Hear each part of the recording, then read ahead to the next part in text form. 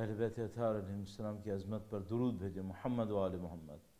اللہم صلی علی محمد آل محمد وعجل فرجہم۔ پاکستان میں اس وقت روز جمعہ ہے، صبح جمعہ، اور امریکہ میں جہاں کے لیے یہ مجالس منعقد کی جا رہی ہیں، نیو میکسیکو کے سینٹر کے لیے، الزہرا سینٹر کے لیے، وہاں شب جمعہ ہوگی۔ مرحومین کے مغفرت کے لیے، درجات کی بلندی کے لیے انشاءاللہ اہل بیت اطہار علیہ السلام کے وہ چاہنے والے جو پچھلے سال ایسے موقع پر اعضاء میں موجود تھے، اس سال اس دنیا سے رخصت ہو چکے ہیں، اور اس سے پہلے کہ جو اہل بیت اطہار علیہ السلام کے عزادار، خدمت گزار، خدمتیں کرتے ہوئے دنیا سے رخصت ہوئے، ان تمام کی ارواح کی بلندی کے لیے آپ کے و میرے مرحومین بھی شامل، علماء، عرفاء، فقہاء، شہداء، سب کے لیے ایک سورہ فاتحہ تلاوت فرمائی۔ اللہم صلی علی محمد و آل محمد۔ بسم اللہ الرحمن الرحیم، الحمدللہ رب العالمین، الرحمن الرحیم، مالک یوم الدین، ایاک نعبد و ایاک نستعین، اہدنا الصراط المستقیم، صراط الذین انعمت علیہم غیر المغضوب علیہم ولا الضالین۔ بار دیگر درود بھیجے گا، محمد و آل محمد۔ اللہم صلی علی محمد و آل محمد وعجل فرجہم۔ اعوذ باللہ من الشیطان الرجیم، بسم اللہ الرحمن الرحیم، الحمد للہ رب العالمین،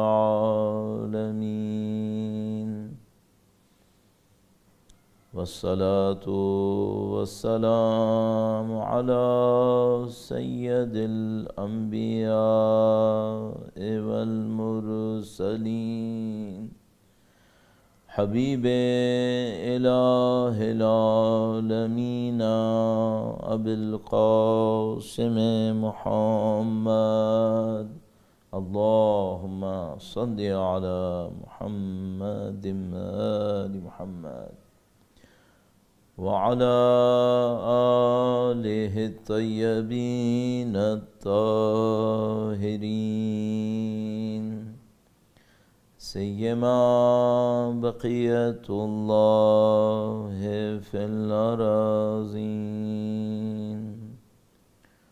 قال اللہ تعالی فی کتابہ الکریم، بسم اللہ الرحمن الرحیم، ام حسبت ان اصحاب الکہف والرقیم كانوا من آیاتنا عجبا۔ درود بھیجے گا محمد و آل محمد پر۔ اللہم صلی علی محمد و آل محمد وعجل فرجہم۔ خدا متعال کا انتہائی احسان ہے، انتہائی لطف۔ ہم خدا متعال کی بے پناہ نعمتوں کے اندر موجود ہیں، اور بلا شک و شبہ اس دنیا میں خدا متعال کی عظیم الشان ترین نعمتوں میں سے ایک نعمت سید الشہداء کی محبت ہے، اہل بیت اطہار علیہ السلام کی عقیدت جو خدا متعال نے نصیب فرمائی ہے۔ ہم اس نعمت کا شکر بجا لا رہے ہیں تاکہ انشاءاللہ خدا متعال اپنے قانون کے تحت جو قرآن کریم میں ارشاد فرمایا، ان شکرتم لازیدنکم، خدا اس قانون کے تحت ہمارے وجود میں اتنی وسعت دے دے کہ ہم زیادہ سے زیادہ سید الشہداء کی عظیم الشان شخصیت کو، سید الشہداء کے پیغام کو سمجھ سکیں۔ یقیناً وہ اتنا عظیم پیغام ہے اتنی بلند شخصیت ہے کہ ہر شخص اپنے ظرف کے مطابق سمجھ پا رہا ہے۔ 1400 سال سے لوگ کوشش کر رہے ہیں، لہذا بہت ضروری ہے کہ ہمارے ظروف کے اندر وسعت ہو، ہمارے وجود کے اندر وسعت ہو، تاکہ ہم اس نورانیت کو حاصل کر سکیں جو سید الشہداء کی نورانیت ہے۔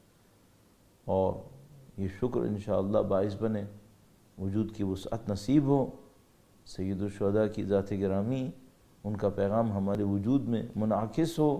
جو میں نے کل عرض کیا کہ زیارت، اصل زیارت یہ ہے کہ کوئی سید الشہداء کی ان عظیم الشان حقیقتوں سے اپنے آپ کو آشنا کر سکے۔ خدا انشاءاللہ زیارت نصیب فرمائے، اس دنیا میں بھی، اور اس دنیا میں جب تک زندہ رہیں زیارت میں اضافہ ہو۔ وَلَا جَعَلَهُ اللَّهُ آخِرَ لَحْدٍ مِّنِّي لِزِيَارَتِكُمْ۔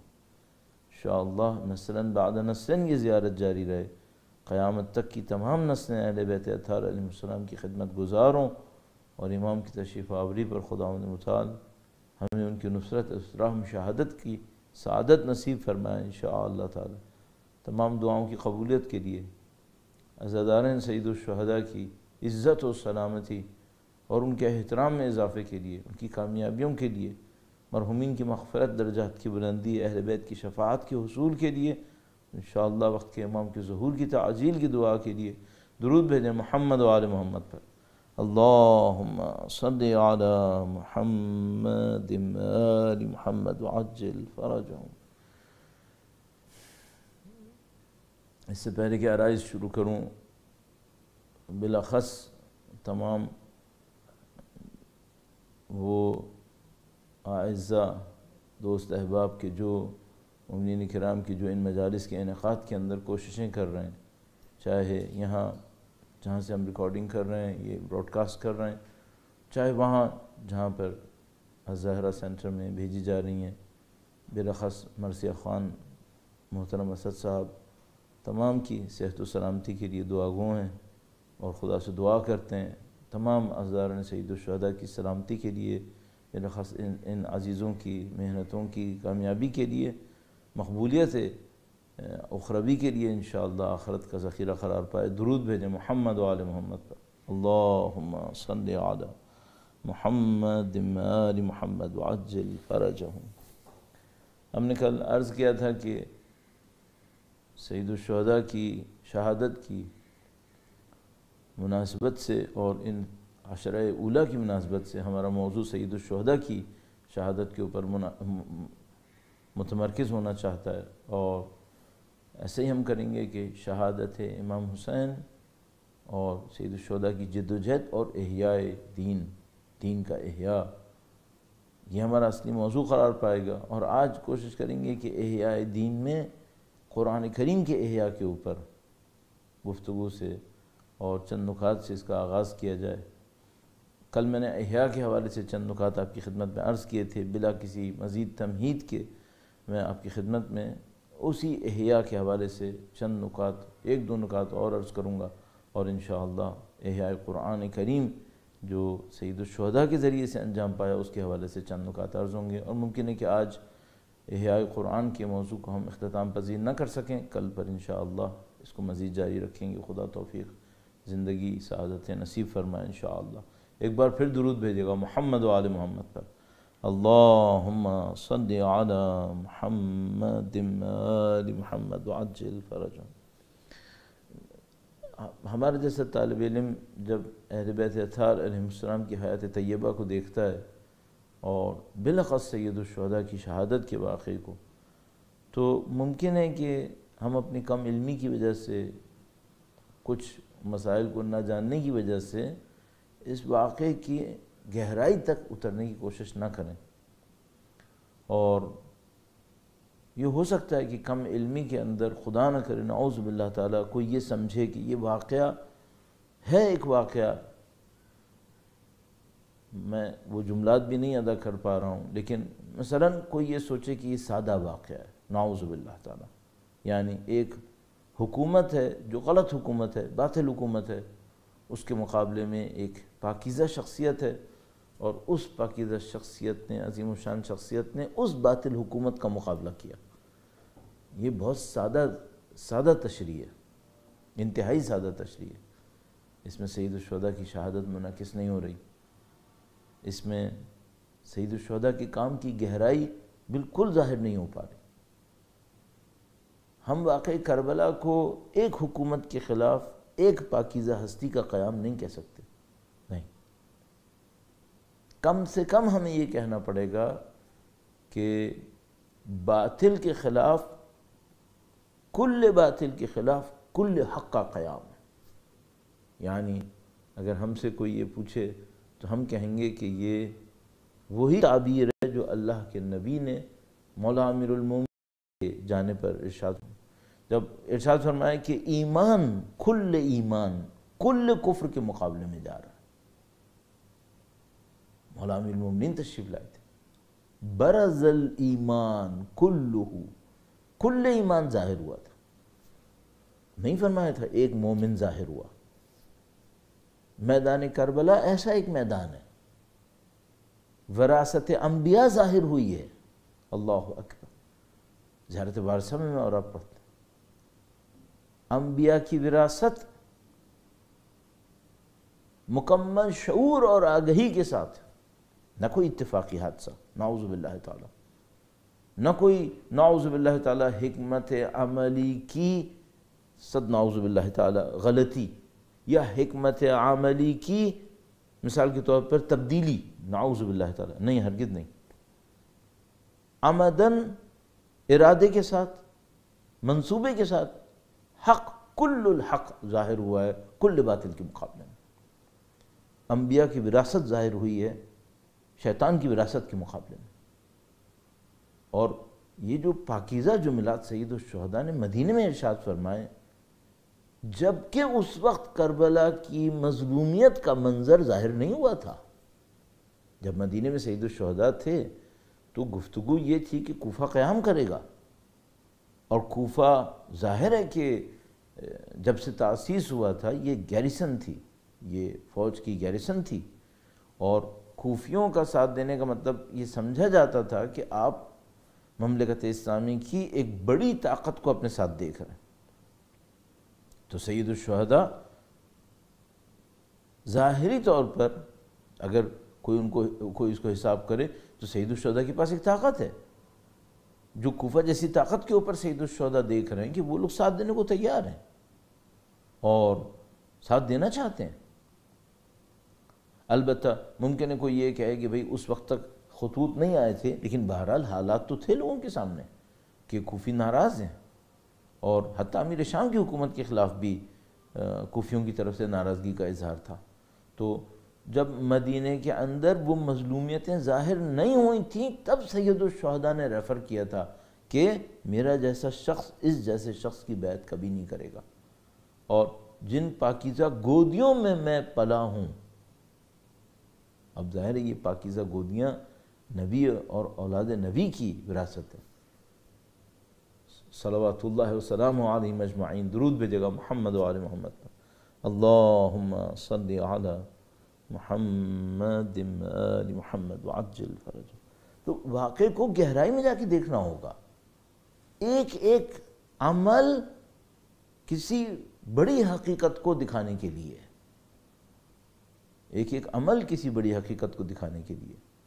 اور ظاہر ہے کہ ہمارے اندر بعض اوقات وہ توانائی نہیں ہوتی، بعض اوقات کیا اکثر نہیں ہوتی کہ ہم اس سمبولزم کو ڈیکوڈ کر سکیں جس میں حقائق بیان ہوتے ہیں. بہت ساری جگہوں کے اوپر حقیقتیں کوڈڈ بیان ہو رہی ہوتی ہیں. مثال کے طور پر ایک عمل انجام پاتا ہے، نبی خدا اس عمل کو دیکھتے ہیں، ایک جملہ ارشاد فرماتے ہیں جو بہت بڑی کسی حقیقت کو اظہار کر رہا ہوتا ہے، جبکہ وہ عمل چھوٹا سا ایک عمل ہوتا ہے بظاہر، اور ہمیں سمجھ میں نہیں آ رہا ہوتا. تو میرے ذہن میں آتا ہے کہ جب اللہ کے نبی کی دنیا میں تشریف آوری کے حوالے سے امام خمینی ایک دفعہ خطاب ارشاد فرما رہے تھے، تو انہوں نے کہا کہ یہ وہ دن تھا کہ جب ایرانی بادشاہ کے محل کے 14 ستون گرے تھے. جب اللہ کے نبی تشریف لائے تو بہت سارے واقعات کائنات میں اس موقع پر پیش آئے تھے. تو ایرانی بادشاہ کے محل کے 14 ستون گر گئے تھے. تو امام خمینی نے ریفر کیا کہ شاید وہ 14 ستون گرنا اس بات کی علامت تھی کہ یہ بادشاہت 1400 سال کے بعد اختتام پذیر ہوگی. اب ظاہر ہے کہ اگر میں امام خمینی کے اس بیان کو نہ دیکھتا تو میرے ذہن میں یہ بات نہیں آ سکتی تھی کہ اس موقع پر 14 ستونوں کا گرنا کیا مطلب دے رہا ہوگا. تو اگر میں اس اصول کے تحت تھوڑا سا اور آگے بڑھوں تو اعزائے محترم ایک عجیب حقیقت ہے ہمارے پاس، اور وہ یہ ہے کہ یہ جو سید الشہداء کے سر اقدس نے تلاوت قرآن کریم کی ہے، اس معجزے کی یاد میں ہم ہمیشہ کوشش کرتے ہیں کہ جب مجلس پڑھیں تو پہلی آیہ کریمہ جو خطبے میں عرض کریں وہ وہی آیہ کریمہ ہو جو سید الشہداء کے سر اقدس نے پڑھی ہے، چونکہ ہمیں یہ احساس ہے کہ جتنی بھی مجالس ہیں سید الشہداء کی معجزے کا ایک اثر ہے، اور اس کا ایک پہلو ہے جو ہماری مجالس کے اندر ظاہر ہونا چاہیے. ام حسبت ان اصحاب الکہف والرقیم کانوا من آیاتنا عجبا. اس عظیم الشان معجزے کو درک کرنے کے لیے درود بھیجیں محمد و آل محمد پر. اللہم صلی علی محمد آل محمد عجل فرجہم. یہ معجزہ بہت عجیب نقطہ تھا دشمنوں کی سازشوں کو ختم کر دینے کے لیے. بظاہر ایک چیز تھی، اور مثلا لوگوں نے ظاہر بہت تعجب سے دیکھا ہوگا کہ کیسے سر اقدس نیزے کے اوپر تلاوت قرآن کریم کر رہا ہے. میں معذرت چاہتا ہوں، اردو زبان میں اس کو بہت اچھا اگر میں دیکھتا ہوں تو وہ جو بیان کیا، جہاں حسین وہاں لا الہ الا اللہ، خطیب نو کے سنا لا الہ الا اللہ. یہ بعض بچوں کی خدمت میں تشریح کرنے کے لیے کہ اگر آپ کے سامنے کبھی آگے کبھی یہ شعر پڑھا جائے تو آپ سمجھ پائیں. خطیب ظاہر ہے جو خطابت کر رہا ہوتا ہے، تقریر کر رہا ہوتا ہے. خطیب نو کے سنا، نو اسی ٹاپ کسی بھی چیز کی ایج کو، نو کے سنا، سنا کہتے ہیں نیزے کو، نیزے کی نوک کے اوپر جو خطیب ہو، خطیب نو کے سنا، نو کے نیزہ پہ تلاوت قرآن، جیسے ایک اور اردو میں ایکسپریشن اس کا استعمال کیا جاتا ہے. تو یہ معجزہ صرف یہ معجزہ نہیں تھا کہ ایک سر جو تن سے جدا ہے وہ قرآن کریم پڑھ رہا ہے. نہیں، میرا اپنے خیال ہے کہ یہ اس حقیقت کو بھی بتانے کے لیے تھا کہ یہ حسین کی شہادت کا کارنامہ ہے کہ قرآن زندہ ہے. یہ سید الشہداء نے جو احیاء قرآن کیا، یہ اس قیمت کے اوپر تھا جو تم کٹا ہوا سر دیکھ رہے ہو. اور یہ ہم جیسوں کے لیے ہے کہ اگر آج تم تلاوت قرآن کر رہے ہو تو سر سید الشہداء کے صدقے میں ہے. وہ دیکھو نیزے، سلام اللہ علیہ یا امام زین العابدین. شاید یہ منظر سب سے پہلے دفعہ خاندان عطرت و طہارت میں امام زین العابدین علیہ السلام نے دیکھا تھا. مولا سید الشہداء اور ان کے فرزند کی ذوات گرامی کے اوپر درود بھیجیں محمد و آل محمد. اللہم صلی علی محمد آل محمد عجل فرجہم. تو وہ معجزہ تو مثال کے طور پر کوفہ میں ہوا یا شام میں ہوا، لیکن وہ پیغام ہمیں دے گیا کہ یہ جب بھی تم اللہ کے کسی معجزے کو دیکھنا تو تم سمجھ جانا کہ اصحاب کہف اتنا بڑا معجزہ. اصحاب کہف اور غار والے یہ ہماری سب سے بڑی نشانی ہے. خداوند متعال ارشاد فرما رہا، یعنی خداوند متعال فرما رہا نہیں، حسین بڑی نشانی ہے سلام اللہ علیہ. ان کی شہادت بڑی نشانی ہے. انہوں نے جس طرح سے احیاء کیا قرآن کریم کو، دین کو، یہ بڑی نشانی ہے. تو تھوڑی سی گہرائی استعمال کریں، بہت کچھ نظر آئے گا. اور سید الشہداء کا یہ معجزہ بہت سارے پہلوؤں کو دکھائے گا کہ آج تو یہ ایک اکیلا سر ہے جو تلاوت قرآن کر رہا ہے، کل پوری دنیا اس سر کے صدقے میں تلاوت قرآن کریم کر رہی ہے. یہ بالکل ایسا ہی ہے جیسے کسی نے بہت خوبصورت دکھا، 1-2 سال پہلے میں نے کہیں دیکھا کہ ایک تصویر جس کے اندر کربلا میں جم غفیر موجود ہے، کروڑوں کا جیسے رش ہوتا ہے ویسا ہے، اور کسی نے وہاں پہ لکھا تھا، ایک پوسٹر بنایا تھا اور اس پہ لکھا تھا کل حسین یہاں تنہا تھے، کل حسین یہاں تنہا تھے، آج کروڑوں موجود ہیں۔ یہ سر اقدس تھا جس نے نیزے پہ تلاوت کر کے بتایا تھا کہ میں قربان ہو جاؤں گا، قرآن باقی رہے گا، تم قرآن پڑھو گے میری قربانی کی صدقے، سلام اللہ علیہ۔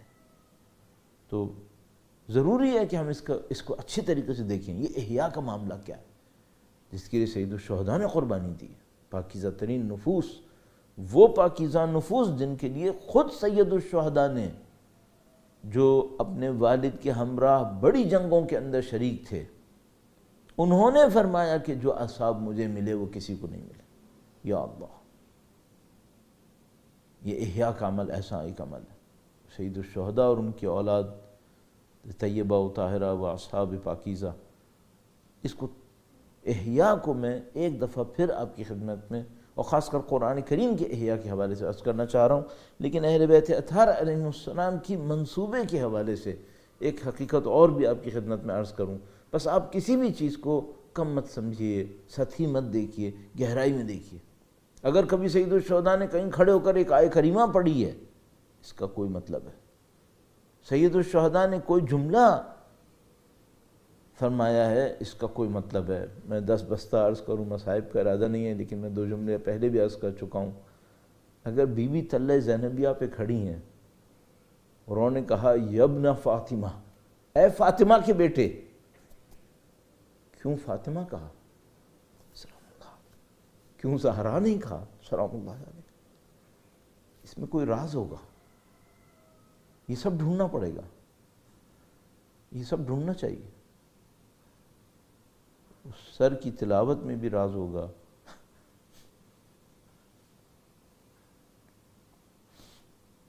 اور بی بی کا یہ کہنا اس میں کوئی راز ہوگا۔ تو اہل بیت اطہار علیہ السلام کے کام پراسرار ہیں اس اعتبار سے، انہیں سمجھنے کی ضرورت ہے، اور ہم کوشش کر سکتے ہیں۔ ظاہر ہے ہم اپنی طاقت توانائی کے اندر نہیں پاتے کہ ان کے حقائق کی گہرائیوں تک پہنچے، لیکن بہرحال تھوڑی بہت کوشش، میں آپ کا مزید وقت نہ لوں، ایک اہل بیت اطہار کے کام کی گہرائی کو سمجھنے کے لیے ایک مثال سے عرض کروں گا جس کو سمجھنا انتہائی واضح ہے، میرے جیسے طالب علم بھی سمجھ پا رہا ہے۔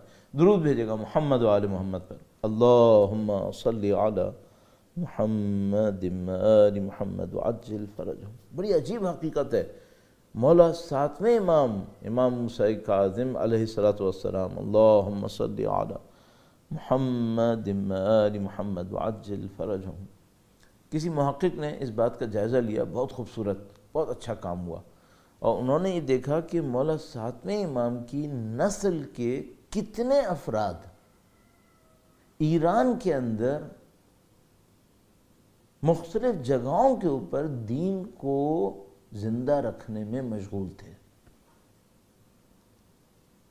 تو انہوں نے اندازہ لگایا کہ امام ہفتم کی نسل سے براہ راست جو اولاد طیبہ و طاہرہ ان کی ذریت تشریف فرما ہوئی، بعد کی نسلیں نہیں، موسوی سادات بعد کے نہیں، جو فوری امام کی نسل سے براہ راست آئے، وہ 20 سے زیادہ مرد اور خواتین تشریف فرما ہوئے، جو ایران کے مختلف شہروں میں بیٹھے تشریف فرما ہوئے، اور ان شہروں کی پوری فضا اور ماحول کو اہل بیت اطہار علیہ السلام کے لیے تبدیل کر دیا، اور آج تک اس تحریک کو باقی رکھا۔ ظاہر ہے کہ سر فہرست مولا 8ویں امام مشہد مقدس میں تشریف فرما الشہید بارض طوس امام علی بن موسیٰ رضا علیہ السلام، درود بھیجے گا محمد و آل محمد پر، اللہم صلی علی محمد و آل محمد۔ اور پھر قم مقدسہ کے اندر بی بی فاطمہ معصومہ سلام اللہ علیہا، اللہم صلی علی محمد و آل محمد۔ اسی طریقے سے قم کے اندر، گیلان میں اور مختلف شہروں کے اندر 7ویں امام کی براہ راست نسل طیبہ و طاہرہ کے 20 سے زیادہ افراد مختلف جگہوں کے اوپر تشریف فرمائے، اور الحمدللہ رب العالمین یہ جو ہم 20 سے زیادہ کہہ رہے ہیں یہ وہ ہیں جن کے روضات بنے ہوئے ہیں، زری بنی ہوئی ہیں، جیسا کہ مثلا قم میں ہے، ظاہر مشہد اور قم تو بہت بڑے بڑے نام ہیں، باقی تمام موجود ہیں۔ اور یہ بڑی عجیب بات ہے، وہ جو اسٹریٹجسٹ تھے انہوں نے کہا کہ بھئی یہ خود بڑی بات ہے کہ جگہ کا انتخاب کیسے ہوا ہے۔ یعنی آپ ایک دفعہ ایک شہر کا انتخاب کرتے ہیں اور اس شہر کے انتخاب معنوی حیثیت کیا ہے، اس شہر کے اوپر اگر اثر ہوا تو کتنے اور شہروں کے اوپر اثر ہوگا۔ اس اعتبار سے آپ اگر صرف 2 شہروں کا انتخاب دیکھ لیں، ایک مشہد اور ایک قم کا، معاملہ ختم ہو گیا۔ اور باقی کتنے شہروں کے اندر مولا 7ویں امام کی اولاد طیبہ و طاہرہ تشریف فرمائے، جس کو ہم لوگ کہتے ہیں اسٹریٹجک چوائس ہے۔ یوں لگتا ہے واقعاً کسی نے نقشے کے اوپر بیٹھ کر ایک ایک جگہ کا انتخاب کیا ہے کہ اس جگہ سے اتنے علاقہ تبدیل ہوگا، اس جگہ سے اتنا علاقہ تبدیل ہوگا، یہ جگہ اتنے 100 سال کے اندر اس جگہ پہنچ جائے گی۔ اتنی گہرائی کم از کم سوچنی پڑے گی آپ کو۔ اور ذرا تصور کیجئے گا کہ جو بی بی یہاں تشریف فرما ہوئی آج سے تقریباً 1200 سال پہلے، ان کے وجود مقدس کا جو اصلی اثر ظاہر ہوا وہ اتنی مدت کے بعد ظاہر ہوا۔ یعنی قم جو حوض علمیہ کے عنوان سے نقشے کے اوپر واضح ہو کر ابھرا ہے، حوض علمیہ کے عنوان سے، وہ آج اسی صدی کے اندر ہے۔ البتہ قم کے اصحاب، قم کے راوی مشہور تھے، اور بقول بعض افراد کے اگر آپ قم تشریف لے گئے ہوں تو جو حرم کی اس وقت کی سرحدیں ہیں جو کافی توسیع ہوا ہے، کافی وسیع ہوا ہے، اس سے کئی کلومیٹر آگے تک راویوں کے مقبرے ہیں، اور جو قم میں گئے ہیں اور وہاں پہ رہے ہیں ان کو اچھی طرح معلوم ہے کہ راویوں کے مقبرے کہاں کہاں تک ہیں۔ جہاں پر اب سڑکیں ہیں، بازار ہیں، گھر ہیں، سب کچھ ہے، لیکن وہاں راویوں کے مقبرے ہیں۔ یہ پورا قبرستان اہل بیت اطہار علیہ السلام کے راویوں سے تھا۔ اب یہ انتخاب قم کا بی بی نے کیا، اور وہاں تشریف فرما ہوئی، مشکلات کو جھیلا، سارے کام کیے کہ 1000 سال کے بعد یہ شہر پوری دنیا کو علوم اہل بیت اطہار علیہ السلام فراہم کرے گا۔ اور ذرا تصور کیجئے گا کہ ایک ایسا آلٹرنیٹ جو نجف کی جگہ اس کام کو کر سکے اگر نجف کے اندر مشکلات ہوں۔ اللہ اکبر! 1200 سال پہلے، 1300 سال پہلے یہ حکمت عملی بنائی گئی۔ کیا میں اسے اتفاق کہوں؟ کیسے کہہ دوں؟ آنکھوں کے سامنے ہے، اسے اتفاق نہیں کہہ سکتے۔ بس اگر آپ واقعاً سید الشہداء کے کام، اہل بیت اطہار علیہ السلام کے کام کو دیکھنا چاہتے ہیں، بعض اوقات آپ کو اتنی گہرائی میں جانا پڑتا ہے۔ اور وہ بقول کسی اسٹریٹجسٹ کے کہ بھائی یہ معاملہ صرف یہ نہیں ہے کہ آپ اس کے اوپر ایک تھیسس لکھ لیں، پی ایچ ڈی کا یا پوسٹ پی ایچ ڈی کا ایک تھیسس لکھیں۔ انہوں نے کہا بھائی یہ تو معاملہ ہے کہ آپ پورا ایک ڈپارٹمنٹ کھڑا کریں یونیورسٹیز کے اندر کہ جو یہ بتائے کہ اہل بیت اطہار علیہ السلام نے جو اسٹریٹجک پلاننگ کی، وہ پلاننگ کیا تھی۔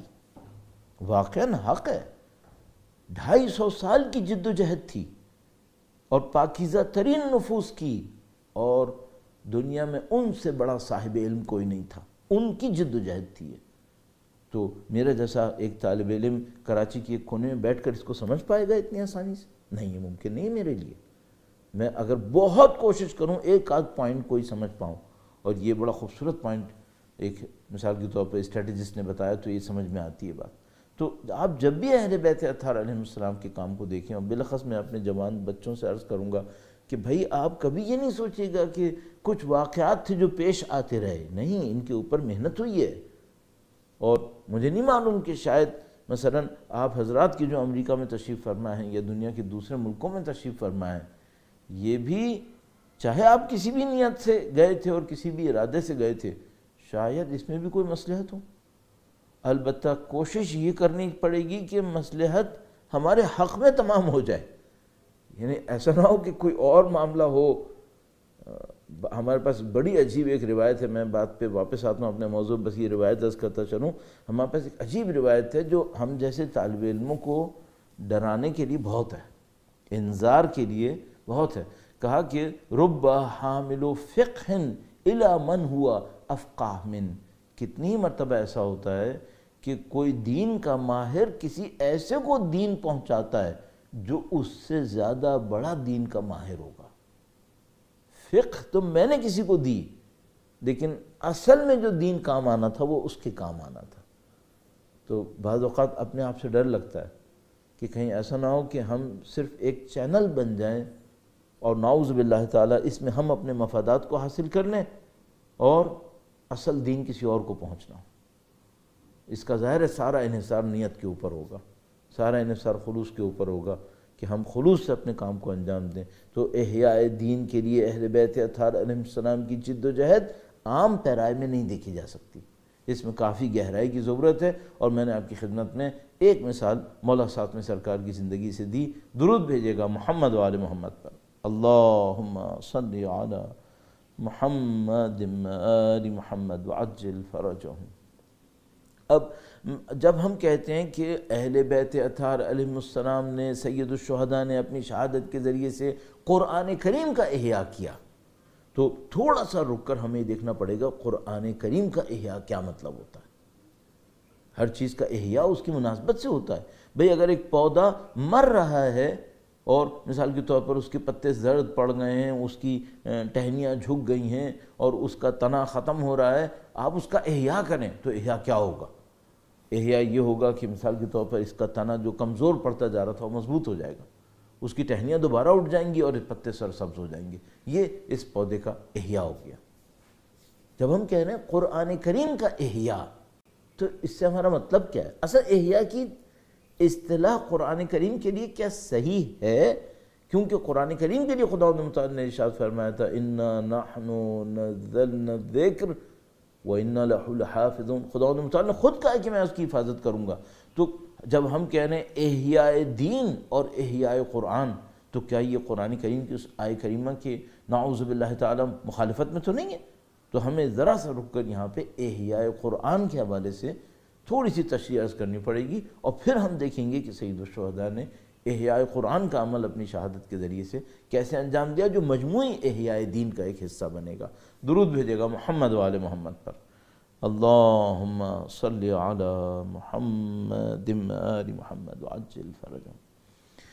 قدیم زمانے میں جو کتابیں خدا متعال کی طرف سے بھیجی گئیں، آسمانی کتابیں، ان کتابوں میں جو بہت بڑی ایک مشکل آتی رہی وہ ان کے اندر ہونے والی تبدیلیاں تھیں۔ یہ سب کو معلوم، یعنی ایک عجیب سی بات ہے، اور ہمارے جو محترم عیسائی دوست احباب ہیں، جو کرسچنز ہیں، وہ شاید عوامی سطح کے اوپر اس بات کو قبول نہ کریں، لیکن ایکیڈیمک لیول کے اوپر مثال کے طور پر ویٹیکن کی طرف سے اگر پوچھا جاتا ہے تو وہ بالکل بلنٹلی اس بات کو کہتے ہیں کہ یہ ورڈز آف گاڈ نہیں ہیں۔ یہ بالکل obvious ہے ان کے لیے، بالکل واضح سی بات ہے۔ اس کی وجہ یہ ہے کہ ظاہر ہے کہ اس میں بہت ساری چیزیں ایسی ہیں جو حضرت عیسیٰ علیہ السلام کی وفات کے بعد پیش آئی ہیں، اور ان کے مثال کے طور پر جو جانشین ہیں ان کے اقوال، لیٹرز، فلاں فلاں، یہ سب چیزیں ہیں، اور ظاہر ہے کہ وہ ورڈز آف گاڈ نہیں ہیں۔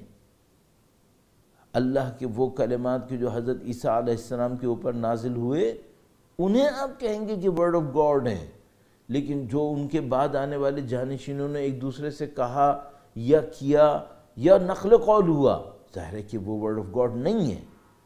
اور میں عرض کر رہا ہوں کہ شاید اگر آپ کسی عام سطح کے کرسچن سے پوچھیں یا حتیٰ ان کے پادریوں سے پوچھیں، جیسے کہ یہ ڈاکومنٹڈ ہیں یہ باتیں، کہ امریکہ کے بہت مشہور ایک پریسٹ ہیں، ان سے پوچھا گیا تو انہوں نے کہا کہ کنفرم ورڈ آف گاڈ ہے، اور اسی ڈاکومنٹری بنانے والے نے ویٹیکن جا کر، ویٹیکن میں جو بائبل کی ریسرچ کے ڈپارٹمنٹ کے ہیڈ تھے، ان سے کہا کہ آپ کا اس بارے میں کیا کہنا ہے؟ ان کا کہ یہ ورڈ آف گاڈ نہیں ہے، اس میں کوئی ڈاؤٹ نہیں ہے۔ تو لیکن بہرحال انہوں نے پھر بتایا کہ ہم ٹیچنگز کو کیسے استعمال کریں گے اس کو۔ تو پچھلی کتابوں کے ساتھ یہ مشکل آئی ہے، ہم سب جانتے ہیں، اور قرآن کریم میں ظاہر واضح طور پہ لکھا ہے کہ یہ اپنے ہاتھوں سے لکھ دیتے ہیں، نعوذ باللہ تعالی، پیسے کو لینے کے لیے، اور خدا نے تعالی فرمایا کہ بئس ما اشتروا بہ انفسہم، انہوں نے کتنا برا سودا کیا اپنے نفس کا، کہ اپنے ہاتھ سے کتاب لکھ دیتے ہیں اور کہتے ہیں کہ یہ کتاب میں سے اللہ کی کتاب میں سے ہے۔ تو یہ حقیقت ہے، وہ یہ کہ پچھلی کتابوں میں تبدیلی ہوئی ہے۔ خدا متعال نے جس چیز کا وعدہ کیا ہے قرآن کریم کے اندر، اس میں کوئی شبہ نہیں ہے، اس میں کوئی سیکنڈ اوپینین نہیں ہے، کوئی چیز نہیں ہے، اور قطعی بات ہے وہ کیا ہے؟ وہ یہ کہ اس قرآن کے اندر ایک لفظ کی بھی تبدیلی ممکن نہیں ہے۔ یعنی نعوذ باللہ تعالیٰ، صد نعوذ باللہ تعالیٰ، کوئی ایسا ٹائم آئے آج سے لے کے قیامت تک کہ کوئی نعوذ باللہ تعالیٰ کوئی اور کتاب یا تبدیل ہوئی ہوئی کتاب قرآن کریم کی جگہ لے لے۔ خدا تعالیٰ فرماتے ہیں یہ ممکن نہیں ہے۔ اِنَّ نَحْنُ نَزَّلْنَا الذِّكْرَ وَإِنَّا لَهُ لَحَافِظُونَ، یہ خدا تعالیٰ کا قطعی وعدہ ہے۔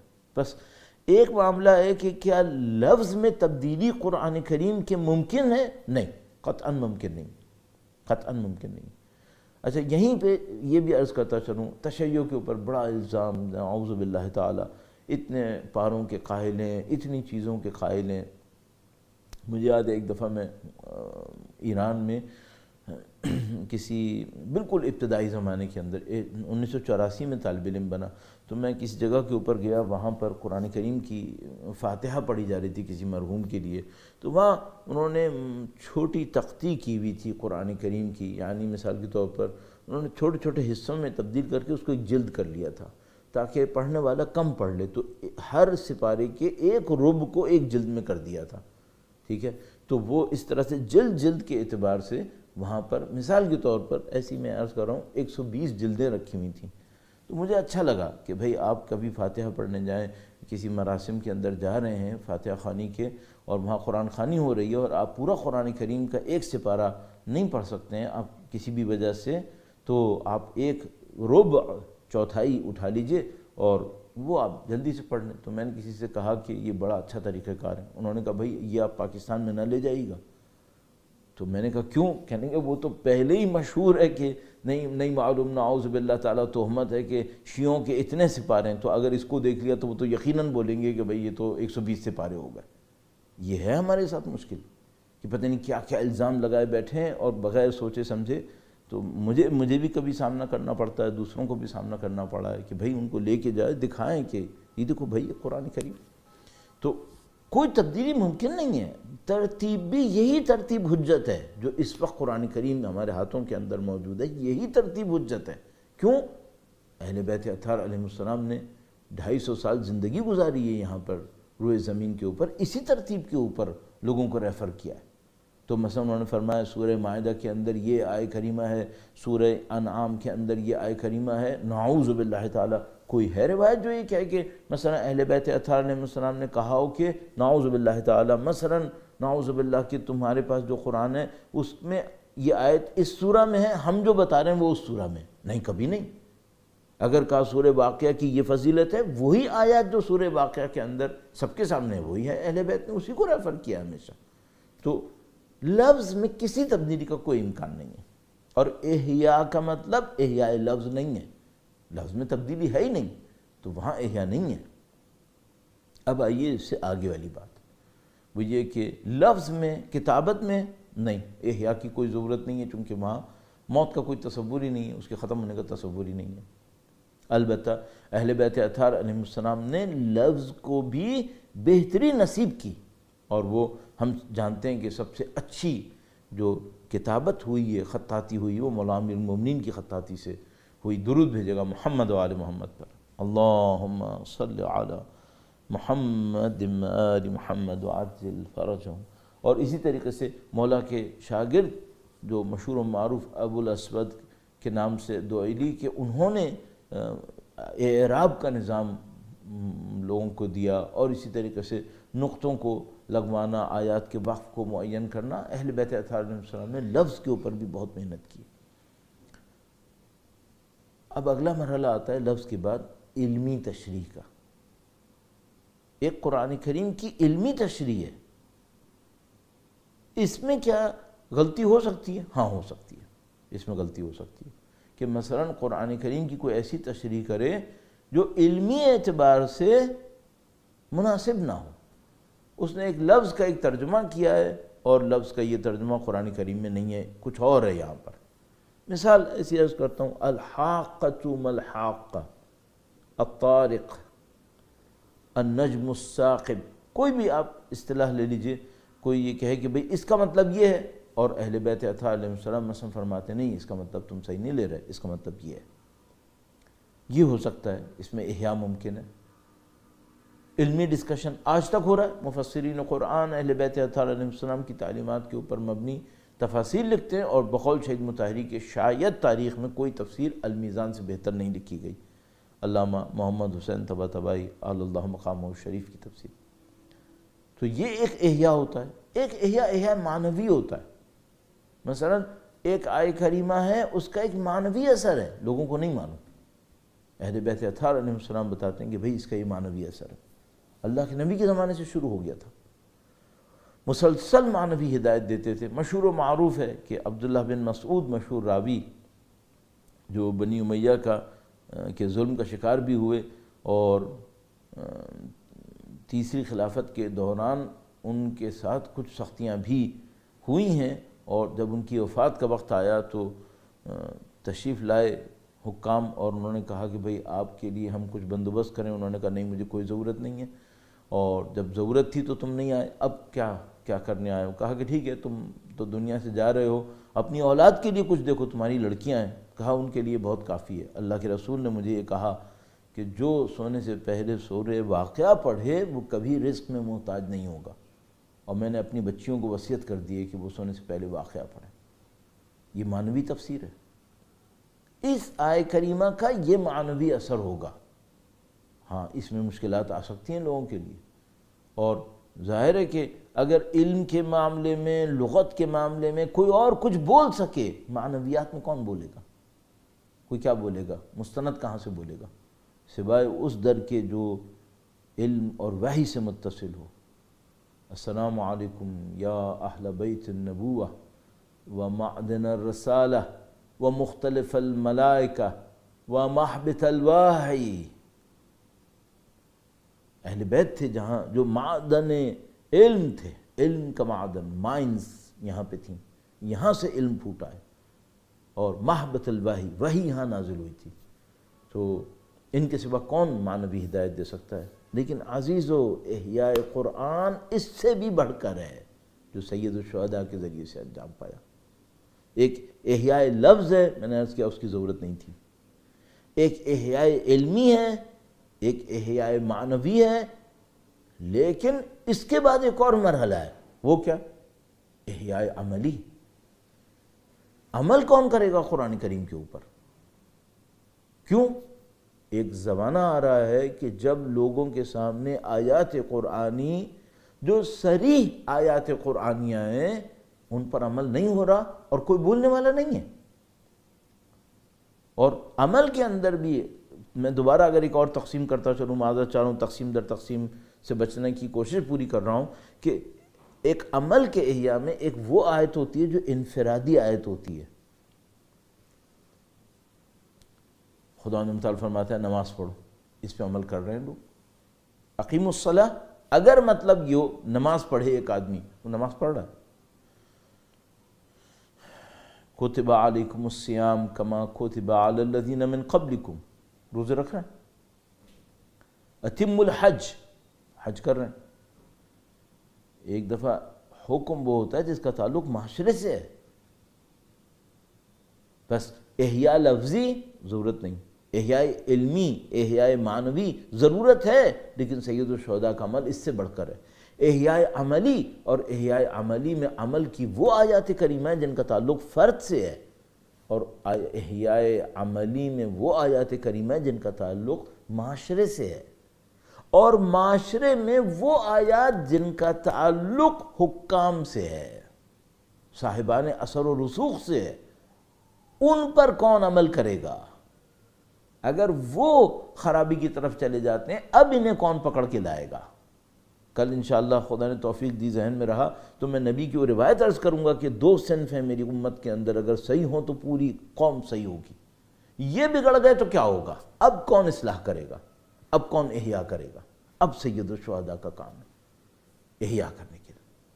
اور خطبہ منہ کے اندر ارشاد فرمایا، خطبہ منہ کربلا کے واقعے سے 1-2 سال پہلے سید الشہداء نے 300 سے زیادہ اصحاب نبی کو اور اندازاً 1000 کے قریب کل مجموعی با اثر با رسوخ دینی افراد کو میدان منہ کے اندر جمع کیا، اور ان کے سامنے یہ کہا کہ جب خداوند متعال نے قوم یہود کے علماء زاہدوں کی مذمت کی تھی کہ جب ان کے سامنے گناہ کی باتیں کی گئیں، حرام کھایا گیا، تو انہوں نے منع کیوں نہیں کیا؟ لولا ینہاہم الربانیون والاحبار عن قولہم الاسم واکلہم السحت۔ خداوند متعال نے ارشاد فرمایا کہ قوم یہود کے ربانیون، یعنی وہ جو دیندار لوگ تھے، معنویت رکھنے والے، زاہدین، عابدین، انہوں نے والاحبار، وہ جن کا تعلق قلم دوات سے تھا، جن کا تعلق دانشوری سے تھا، دانشمند تھے، یہ جو ربانی تھے اور احبار تھے، معنوی لوگ تھے، علماء تھے، انہوں نے لوگوں کو منع کیوں نہیں کیا جب انہوں نے حرام باتیں کہیں اور حرام لقمے کھائے؟ اکلہم السحت، قولہم الاسم واکلہم السحت، کیوں نہیں منع کیا؟ سید الشہداء نے ان 1000 لوگوں کے سامنے کہا کہ قرآن کریم نے یہ مذمت کی علماء یہود کی، ان کے ربانیون کی بھی اور ان کے علماء کی بھی، تو تمہاری مذمت کیوں نہیں ہوگی؟ تم کیوں خاموش بیٹھے؟ کیا تم نہیں دیکھ رہے کہ قولہم الاسم معاشرے کے اندر رائج ہوا ہے؟ اور کیا تم نہیں دیکھ رہے کہ حرام کھانا رائج ہوا ہے؟ تو جب علماء یہود کی اور عباد یہود کی مذمت قرآن کریم کر رہا ہے، تمہاری مذمت کیوں نہیں ہوگی؟ تمہاری بھی مذمت ہوگی پھر۔ اور خداوند متعال نے ان کی مذمت کی کہ انہوں نے کیوں امر بالمعروف اور نہی عن المنکر نہیں کیا۔ سید الشہداء اس احیاء کی بات کر رہے ہیں، اس پر کون عمل کرے گا؟ اور یہ طاقت صرف سید الشہداء کے پاس تھی کہ وہ اس پائے کے ربانیون قوم مسلمان کو جمع کر کے یہ کہہ سکیں، ورنہ کیا ایک عام آدمی معاشرے کے اتنے بڑے زاہد کو کہہ سکتا ہے یہ جملہ؟ معاشرے کا کون آدمی کہہ سکتا ہے یہ؟ صرف سید الشہداء میں طاقت ہے جو نبی کے نواسے ہیں، اور ہر عابد سے بڑے عابد ہیں اور ہر عالم سے بڑے عالم ہیں، صرف وہ یہ کام کر سکتے ہیں۔ تو سید الشہداء اس احیاء کو لے کر آئے ہیں، اور اب میں وقت ختم ہو چکا، کل انشاءاللہ اس احیاء کے اوپر عرض کروں گا۔ یہ احیاء بھی ایک زمانے کے لیے نہیں چاہیے، اور یہ سید الشہداء کی عظمت ہے، یہ سید الشہداء کی کرامت ہے۔ اس کو ہم نے کل شاید عرض کیا تھا، یہ سید الشہداء کا دسترخوان ہے۔ سید الشہداء کا دسترخوان اپنے بہت ساری نعمتوں کو لے کر آیا۔ اس کے ایک گوشے میں دنیا بھی ہے، اس کے ایک گوشے میں علم ہے، اور اس کے متن میں اور درمیان میں شہادت ہے۔ لہذا سید العلماء نہیں ہے امام حسین، دنیا کا تو خیر ذکر ہی نہ کروں، سید الشہداء ہیں۔ البتہ با علم شہادت والے جمع ہوئے ہیں کربلا کے اندر سید الشہداء کا ساتھ دینے کے لیے، تو علم کی مذمت نعوذ باللہ تعالی مراد نہیں ہے یا کمی، علم شہادت کے ساتھ جمع ہو تو امام حسین کا لشکر ہے، اور نشانی حبیب ابن مذاہب، فقیہ کوفہ، اللہ اکبر، بڑا لشکر ہے سید الشہداء۔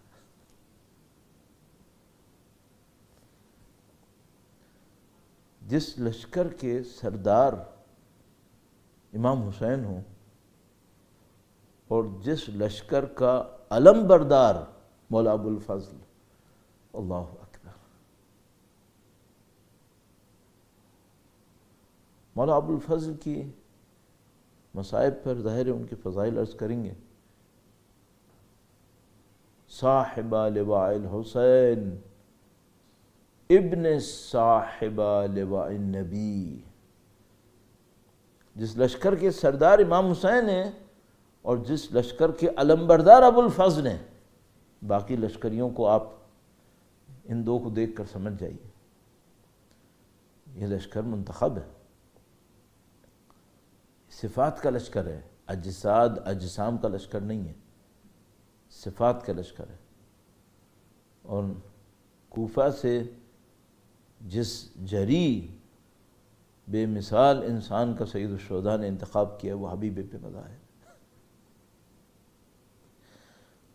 کربلا میں اتنی گہرائیاں ہیں، اتنی گہرائیاں ہیں، لیکن ایک گہرائی بہت سامنے ہے، بہت واضح ہے، ہر ایک کو سمجھ میں آتی ہے اور اسی خاطر رسا ہے، اسی خاطر غم ہے، وہ اس کی محبتیں ہیں، وہ رشتوں ناتوں کی محبتیں ہیں۔ دیکھیے ہر مرد کو، ہر عورت کو یہ سمجھ میں آ جاتی ہے، اور خواتین کو خاص کر آسانی سے سمجھ میں آ جاتی ہے، چونکہ خواتین کے اندر جذبات ہیں۔ تو یہ کربلا جذبات کا ایک بہت بڑا میدان ہے، اس میں جذبات بہت پاکیزہ ہیں، بہت خوبصورت ہے۔ سید الشہداء اپنی نصرت کے لیے کسی کو بلانا نہیں چاہ رہے، بھیج رہے ہیں، بلکہ چلے جاؤ، جانا چاہتے ہو چلے جاؤ۔ لیکن ذرا تصور کیجئے کہ سید الشہداء کسی کو خط لکھ کر دعوت دے رہے ہیں، یعنی کوئی ایسا وعدہ ہوا ہے، کوئی ایسا پیمان ہے کہ سید الشہداء اپنے اس دوست کو کربلا سے دور نہیں دیکھ پا رہے۔ یعنی مثلا کبھی کوئی خوشی نصیب ہوتی ہے تو ہم کسی کی یاد میں ہوتے ہیں کہ وہ اس خوشی کے میدان میں یہاں پہ نہیں ہے، تو کم سے کم اس کو رابطہ کر کے خوشی کی خبر تو دے دیں۔ سید الشہداء گویا کہہ رہے ہیں کہ میں کربلا تک آیا ہوں اور وہ نہ آئے جس نے بچپن سے مجھ سے وعدے لیے، جو بچپن کا میرا ساتھی ہے۔ انسان کی یادوں میں ہوتا ہے کہ بھئی فلاں نے 20 سال سے میرا ساتھ دیا ہے، 25 سال سے میرا ساتھ دیا ہے۔ سید الشہداء اس کو یاد کر رہے ہیں جو بچپن سے ساتھ دے رہا تھا۔ کتنا عجیب مقام ہے حضرت حبیب ابن مظاہر کا۔ وہ تو بزرگ ہیں، عمر میں بہت زیادہ ہیں، اور اب اس قابل نہیں ہیں مثلا ظاہری طور پر کہ وہ میدان جنگ کے اندر آئیں، لیکن سید الشہداء پھر بھی بلا رہے ہیں۔ اور گویا حبیب ابن مظاہر کے پاس قاصد آیا ہے اور وہ خط لایا ہے امام حسین علیہ السلام کا، جس کے اندر لکھا ہے کہ فقیہ کوفہ کے نام۔ گویا حبیب ابن مظاہر کو یاد دلایا گیا ہے کہ تم میری نسب کو جانتے ہو، میرے مقام کو جانتے ہو، اور جو شاید نہیں لکھا جا رہا وہ یہ کہ تم میری مظلومیت کو بھی جانتے ہو، تم میری تنہائی کو بھی جانتے ہو، تم میرے اہل خانہ کے احساس غربت کو پہچانتے ہو۔ یہ بڑا سخت بڑا سخت مرحلہ ہے کہ کوئی ایسا دوست مل جائے جو اس احساس کو پہچانے کہ مشکل کیا ہے، مشکل کیا ہے۔ کوئی سید الشہداء نے یہ دوست حبیب ابن مظاہر کو دیکھا ہے کہ میرا یہ دوست پہچانے گا کہ میں کس مشکل میں ہوں۔ حبیب ابن مظاہر کے پاس بیان کرتے ہیں علماء، میں تأسی کرتا ہوں علماء کی، کہ جس میں بیان کرتے ہیں کہ جب وہ خط ملا تو گویا تقیہ کیا کہ کہیں لوگوں کو خبر نہ ملے، اور یہ کہا کہ میں اس کا جواب دوں گا۔ اور جب ان کی زوجہ نے یہ دیکھا کہ حبیب کے پاس خط آیا، کس کا خط آیا ہے؟ کہا نواس رسول کا خط آیا۔ کہا آپ کا کیا ارادہ ہے؟ کہا کہ میں اس کے اوپر غور کروں گا۔ اللہ اہل بیت اطہار کی خدمت گزار ان تمام خواتین کی حفاظت کرے جنہوں نے اپنے مردوں کو اہل بیت کی قربان گاہ کے لیے بھیجیں۔ اس زمانے سے آج تک یہ جو روضات مقدسہ ہیں، ان کے پیچھے بڑی قربانیاں ہیں، اور ہمارے زمانے کے اندر ہم اس میدان میں پیچھے رہنے والے لوگ، کتنے لوگ تھے جو بی بی زینب سلام اللہ علیہا کے روضے پہ قربان ہو گئے۔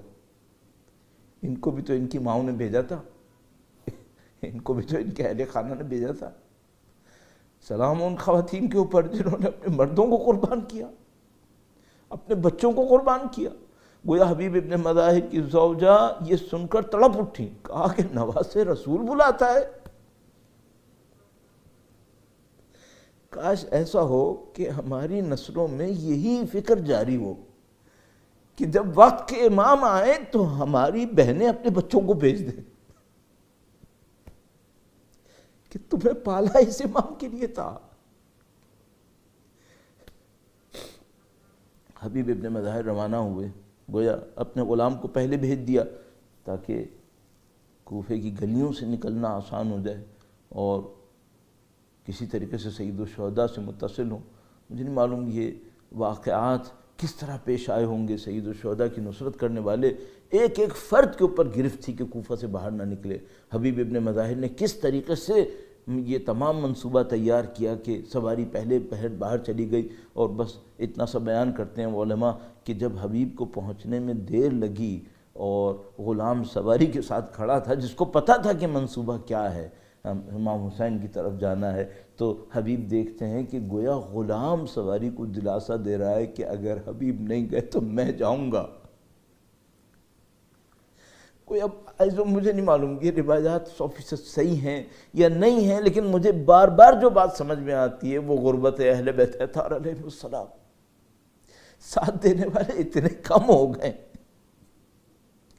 کہ ایک ایک فرد کے اوپر حساب کرنا پڑ رہا ہے۔ اور یہ بیان کرتے ہیں کہ جب مولا حبیب ابن مظاہر کربلا کے میدان میں پہنچے ہیں تو بیویوں نے سلام پہنچایا ہے، اور بیان یہ کرتے ہیں کہ جب حبیب ابن مظاہر کو پتہ چلا کہ بی بی زینب سلام اللہ علیہا نے سلام پہنچایا ہے تو خاک غربت اپنے سر پہ ڈالی کہ اہل بیت اطہار کی مظلومیت میں یہ وقت آ گیا ہے۔ اور بس عزیزو، سید الشہداء کا ایک چاہنے والا عمر میں بزرگ بار بار کوفیوں کے سامنے خطاب کرتے تھے، بار بار کوفیوں کو یاد دلاتے تھے کہ تم نہیں تھے کہ جس نے حسین کو بلایا تھا۔ اور سید الشہداء کا یہ صحابی ایسا ہے کہ جس کے آنے سے اہل بیت اطہار علیہ السلام کو ڈھارس بندی ہے کہ کوئی سید الشہداء کے ساتھ کھڑے ہونے والا بھی آیا جو سید الشہداء کا چاہنے والا ہے، جس کے ساتھ سید الشہداء اپنے دل کی بات کر سکیں۔ اتنا بڑا ثقہ ہے، اتنا بڑا مقام ہے حبیب کا۔ جب شب عاشور ہوئی اور بی بی زینب سلام اللہ علیہا اپنے بھائی کے پاس آ کر پوچھتی ہیں کہ بھیا تم نے اصحاب کا امتحان لے لیا، تو جس نے سنا وہ سیدھا حبیب کے پاس آیا اور کہا حبیب غضب ہو گیا، بنی ہاشم کی تو وفاداری میں کوئی شبہ نہیں، لیکن ہم اصحاب حسین کیسے ثابت کریں؟ اور حبیب ابن مظاہر کی سرپرستی میں بی بی زینب کے خیمے کے سامنے پہنچے اور بی بی سے خطاب کیا حبیب ابن مظاہر نے۔ یہ مقام ہے حبیب ابن مظاہر کا۔ اور حبیب ابن مظاہر نے یہ فرمایا کہ اے بی بی، ہم نے رات کا وقت نہیں مانگا ہے، ہم جانثار ہیں، ہم جان دینے کے لیے آئے ہیں، آپ حکم فرمائیں، ہم اپنی گردنوں کو ابھی کاٹ دیں گے۔ حبیب نے اپنے وعدہ پورا کر کے دکھا دیا، اصحاب حسین نے اپنا وعدہ پورا کر کے دکھا دیا۔ لہذا ہمارے پاس روایتوں میں موجود ہے کہ جب بھی اصحاب حسین کا تذکرہ کرو یہ کہنا یا لیتنی کنتو معاکم۔ تو عزیزوں، میں آپ کی نیابت میں حضرت حبیب سے کہوں گا، اے حبیب ابن مظاہر، یا لیتنی کننا معاک، اے حبیب کاش ہم آپ کے ساتھ ہوتے۔ اور وہ حبیب کا مقام تھا کہ سید الشہداء کے دفاع کے لیے اٹھے اور ایک موقع کے اوپر زمین پر گرے۔ عزیزوں، مجھے نہیں معلوم سید الشہداء نے کتنے شوق سے اپنے بچپن کے ساتھی کو بلایا تھا اور کتنے خوشی ہوئی تھی کہ جب وہ تشریف لائے تھے، اور اب وہ وقت ہے کہ حبیب زمین کے اوپر ہیں، سید الشہداء حبیب کے لاشی کے برابر پہ بیٹھے ہیں اور حبیب کے چہرے کو خاک اور خون سے صاف کر رہے ہیں، اور حبیب سے کہہ رہے ہیں کہ حبیب مبارک ہو، تم ہم سے پہلے روانہ ہوئے۔ الا لعنت اللہ علی القوم الظالمین وسيعلم الذين ظلموا أي منقلب ينقلبون۔ پروردگار تجھے واسطہ نبی اولاد نبی کا اس قلیل کو قبول فرما، ماتم حسین و ذکر حسین کو قیامت تک ہماری نسلوں میں جاری و ساری فرما۔